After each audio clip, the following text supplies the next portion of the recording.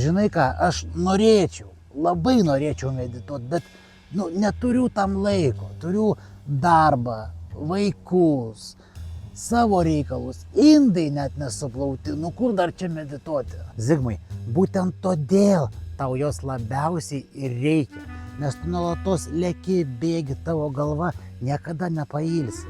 O meditacija būtų tas stop mygtukas, nuo kurio tu atsistatysi ir pasikrausi šviežios naujos energijos.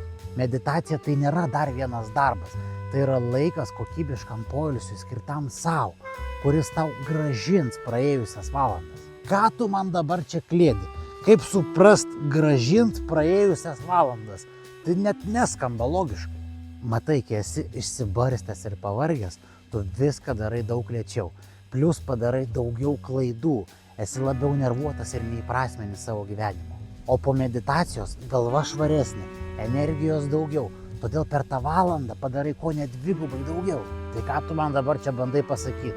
Tipo taip išeina, kad praleisdamas meditaciją aš nesutaupau savo laiko, o kaip tik jį išvaistau, tu man čia tą bandai pasakyti. Galima ir taip pasakyti. Matai, 10, 20, 30 minučių ramybės tau sutaupys valandas chaotiškai paskirsto laiko.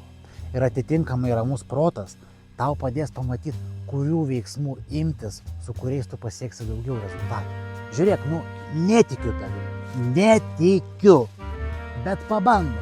Noriu pasižiūrėti, ar ta meditacija man tikrai padės turėti daugiau laiko. Žiūrėk, mes labai daug šnekame, bet gal tu tiesiog imk, pabandyk ir pats nuspręsi, ar tau tai veikia ar neveikia. O jei ir tu sakai, kad neturi laiko, pabandyk mano vedamą meditaciją skirtą užkurti rytui ir daugiau nuveikti, komentuok po šio video noriu ir aš tau ją atsiųsiu dovanų.